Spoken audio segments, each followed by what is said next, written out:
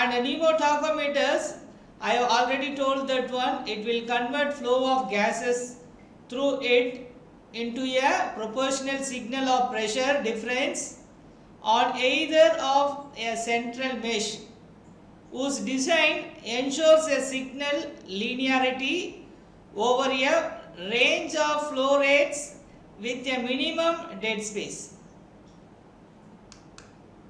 So this is you are seeing here, this is a pneumotachometer. Here it is having a disposable mouthpiece and a disposable filter. After that it is having a mesh inside, wire mesh. So wire mesh, it is produce a differential pressure. When patients are asked them to blow out with the help of a disposable mouthpiece, that airflow is traveling through the disposable air filter.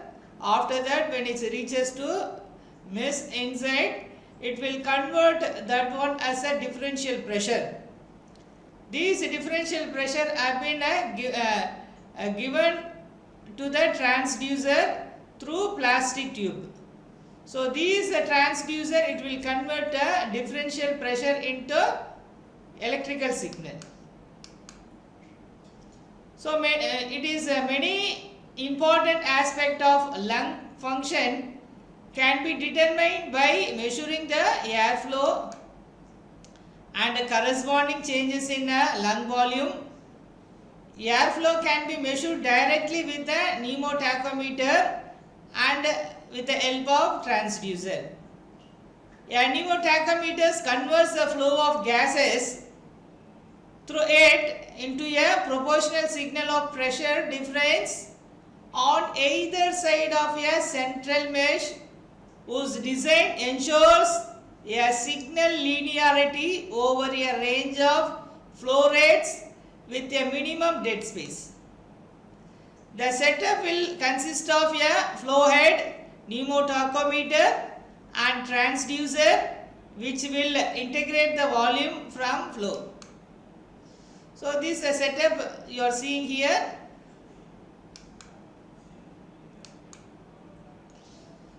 Now you are seeing the setup of a pneumotachometer, that is it will transducer is converted, that is connected to the pneumotachometer, that is a flow head. After that given to the disposable filter. After that it is given to the disposable mouthpiece. The nose has been clipped during the blowing out the air, and a transducer is connected to the signal processing unit. After that it is given to the computer. The computer, it will determine the lung capacity and lung volume in a easiest method. So this is a simple instrument. It produces a lot of information about the lung parameters. So here in this type of a pneumotachometer, flow is derived from the pressure difference over a small fixed resistance offered by a fine metal mesh inside the plastic cone. The trumpet-like shape of a pneumotachometer is designed to achieve laminar flow over a wide range of flows. We can say up to 12 liters per second, the flow rate we can measure it. When high flow give rises to a turbulence flow pattern, the pressure drop across the resistance would change more than proportionality with the flow. Two small plastic tubes are attached on either side of the mesh, transmit the pressure difference across the mesh to the differential pressure transducer. The transducer converts the pressure signal into a changing voltage that is recorded by a PowerLab system, that is a software package. It will convert the electrical signal into coded information and displayed with the chart software. The volume V is then calculated as the integral flow of air. So this is the mechanism we can explain. The arrow mark F indicates the flow of air, and P1, P2 is indicate. P1 is indicate pressure at before the mesh, that is a mesh. After the mesh, the pressure is P2. So the differential pressure is calculated, that is P1 minus P2 is called the differential pressure. That differential pressure has been given to the transducer. The transducer, it will convert voltage into electrical signal. So here that is given to the channel. Channel 1 is which measure the flow of air. Channel 2 which measure the volume of lungs. So these integration represent a summation over time the volume trace that you will see in the chart view during the experiment are obtained by adding successive sample values of flow signal and scaling the sum of approximately. The integral is initiated to the 0 every time a record is started.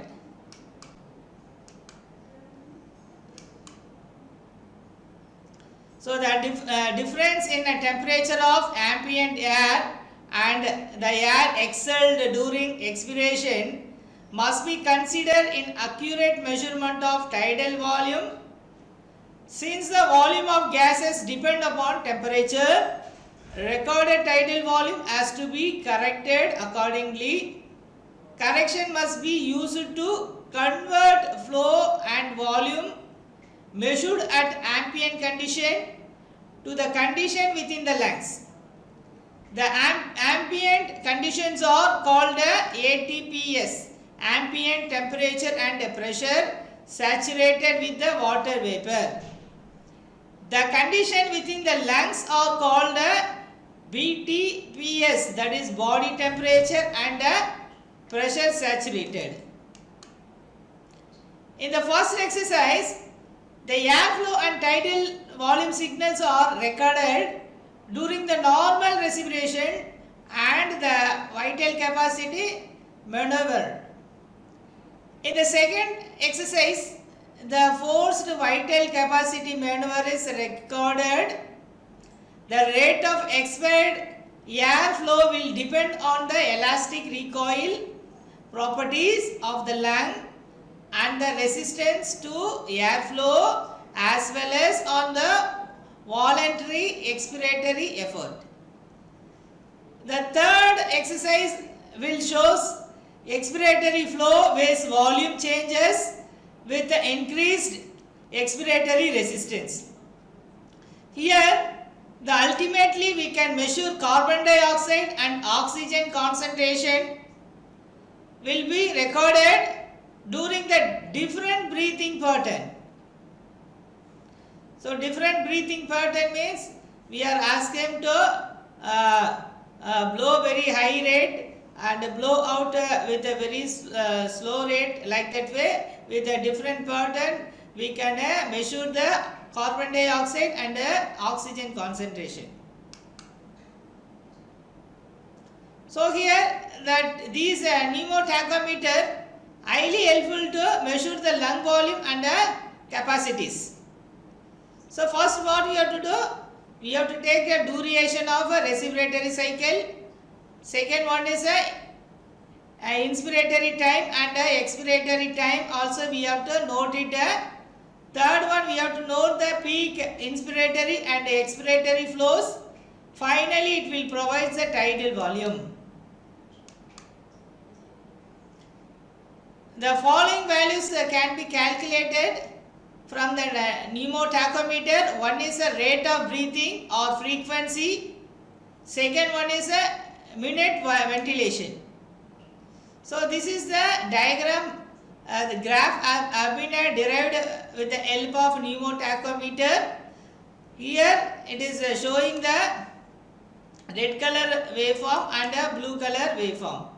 So red color waveform, the red traces on top shows flow on channel 1, where the peak is indicating inspiratory and down peak is indicating expiratory flow on this trace.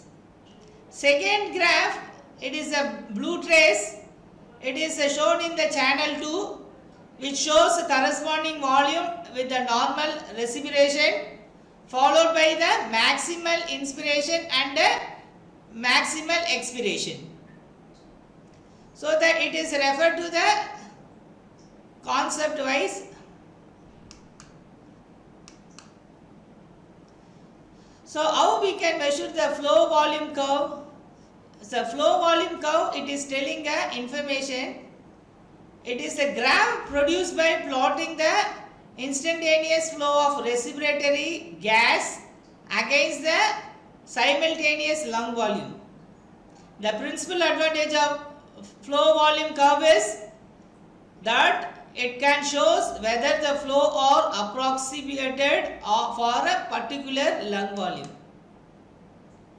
So the shows here, the first red color one, it is showing the flow of air. Second one is indicating the volume, that is air volume filled in the lungs. Okay. So this air volume indicates in a two manner. One is the inspiration, what is the air volume in the lungs, and the second one, what is the air volume in a expiratory level. So here another one, we can measure the forced vital capacity maneuver. So what is here forced vital capacity maneuver, which is based on the vital capacity maneuver with an added element of space, that is added element of speed flow, and individual exhales with the maximal force and speed. The rate of expired air flow will depend on elastic recoil properties of lung and resistance of air flow, as well as on the voluntary expiratory effort. A healthy individual is able to expel at least 80% of his or her vital capacity during the first second forced expiration. The start of forced expiration is obtained by linear extrapolation of the steepest part of volume time diagram. The FVC is the volume changes of lungs between a full inspiration to total lung capacity and a maximal expiration to residual volume. This measurement is performed during forced expiration. The preceding maximal inspiration does not needed to be done forcefully. The maneuver is performed together with the assessment of FEV1, that is in 1 second, and a maximum of expiratory flow volume curve. So this graph, it shows a measurement of inspiration and expiration. In inspiration, it is start after the RV point, that is RV, below the RV it is moving. We know that. So everyone we have that is residual volume is between 1 to 1.5 liter. So they mentioned in the volume it is nearly 1.5. It is going, when inspiration it is going starting, and as a maximum it is going 2, 3 liter, 4 liter, 6 liter up to 8 liter. It is showing the waveform in a downside, that is a maximum volume capacity in during the inspiration. So expiration, what is happening? First it will be maximum. After that it will be very low. It is reaches coming to the residual volume point. So that one is shows in a graph A, and graph B it is shows inspiratory waves and expiratory wave. Inspiratory, it is having a positive peak. Expiratory signal, it is going towards a negative peak. So this study shape of the expiratory flows trace. Top part of your diagram A above, after the rapid rise there is a slow decline, unlike a round inspiratory flow. Why this happening? As we forcefully expire, the small airs are closing, that is the pressure outside the small airways is greater than inside the small airways.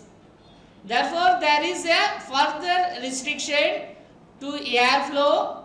That means slow decline of a last part of expiratory flow, and during the inspiration the airway are patent, that is unobstructed, because intrathoracic pressure opens in the airways. Can we identify the volume quantities in the graph 1, 2, 3 below? So the flow volume curve below is constructed with the tidal volume, maximal, inspiration, expiration, recorded one. So here this graph it's showing the normal inspiration, expiration rate as well as that is obstructive diseases patients inspiration and expiration curve is given here. The black color shows the normal person inspiration and expiration curve, and the red color is showing the obstructive diseases one. So these are all taken with respect to volume and flow.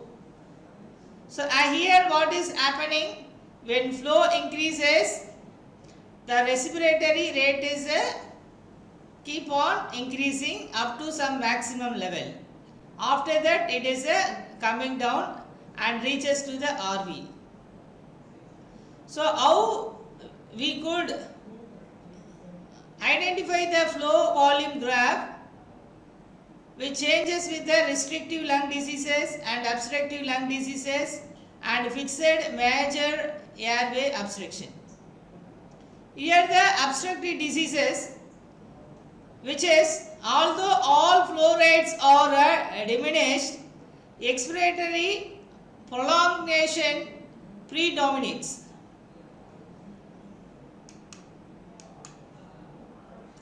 So restrictive disease, see here restrictive means that is RV rate, and a normal rate it will be reduced, it will be lesser than 1 liter, that which is shown in a blue color trace, and black color trace it is showing a normal person's flow volume graph. So here a restrictive disease, that is the flow volume curve is narrowed. Why means? Because the RV rate is very low, that is RV rate is it is lower than 1 liter. So because diminished lung volume, but the shape is generally same as in normal volume, the flow rates are greater than the normal at a comparable lung volume, because the elastic recoil of lungs holds the airways open. So this is the fixed major airway obstruction. This is another one. Suppose the person who is having asthma, so these people they have a different volume flow graph. So here main objective of These pneumotachometer is the breathing pattern can be obtained with a different level. Example, the patient have a obstructive disease, lung disease or restrictive lung disease, that pattern can be obtained, and also we can analyze the oxygen and carbon dioxide level. Here the technical details of apparatus used to measure oxygen and carbon dioxide level. It operates with an infrared transducer to measure carbon dioxide concentration. So carbon dioxide, it can observe more infrared. With the help of that phenomena, we can easily measure the concentration of carbon dioxide. And a visible spectrum transducer measure oxygen concentration. So this is a similar method of a carbon dioxide measurement. It also consists of a variable pump which draws sample gas through the two transducers. The pump can be set to any flow rates in the range 35 milliliter per minute to 200 milliliter per minute. The analysis has a response time about 0.2 second, approximately 200 milliliter per second. So this carbon dioxide graph has been given in blue color. Oxygen measurement have been given in a red color graph. The flow rate is given. Volume of a lung is given in a different shape. Here during the inspiration and expiration, it is varying. Okay. So we have already discussed. So during the inspiration, we are taking much oxygen. During the expiration, we are releasing out a very less amount of oxygen and large amount of carbon dioxide. You see that the waveform have been different with the amplitude for oxygen measurement and carbon dioxide measurement. The flow rate also is varied. So it's depend upon the person. Initially, he will have a high flow. After that, when time is prolonged, the flow of gas is its amplitude is decreased. So volume also it's depend upon the flow of gas. As a flow of gas it is increases, the volume also will be increased. So that's here that small portion of the oxygen percentage have been given and carbon dioxide. These both are during the inspiration what is the amount, during the expiration what is the amount, we can obtain from that one. And here the zero flow has been given and the volume of inspiration and expiration can be measured with the help of pneumotachometer. So this above shows a delay between the respiratory phases and the rate of gas sampling. At the end of maximal expiration, a maximal carbon dioxide content would be recorded.